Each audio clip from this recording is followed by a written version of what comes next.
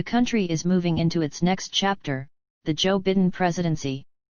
The country made it through the past 4 years with Donald Trump, and while there were doubts this past week of who was going to win and whether Trump would mount legal blocks to take the election back, it still ended up firmly in Biden's control. What's next?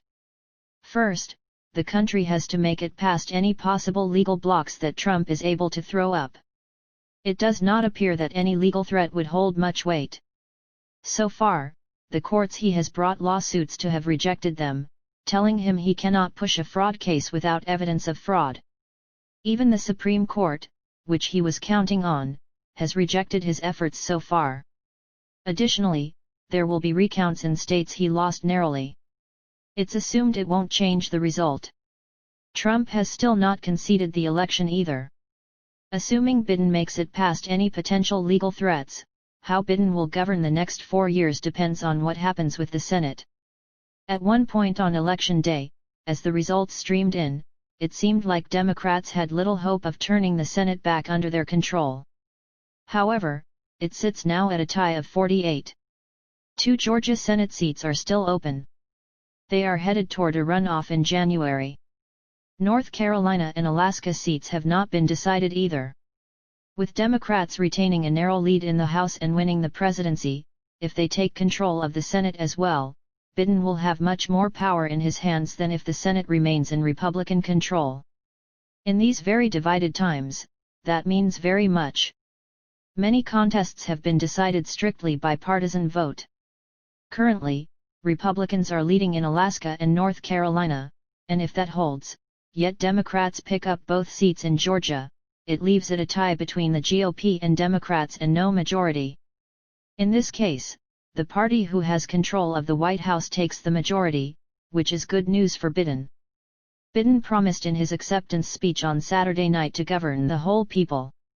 He preached that it's time to put away the harsh rhetoric and to listen to each other again.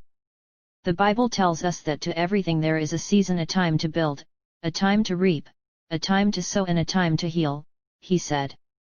This is the time to heal in America.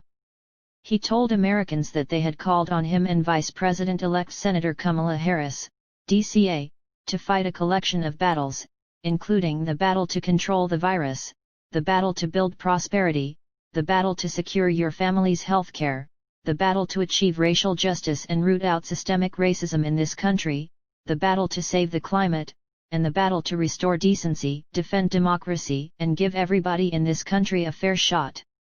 This shows a very basic plan to how he will tackle the next 4 years. First on his agenda is the coronavirus pandemic.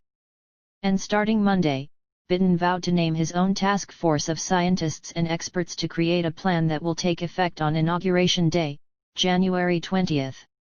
The objectives of the economy, health care, racial injustice, and the climate appear next on this list.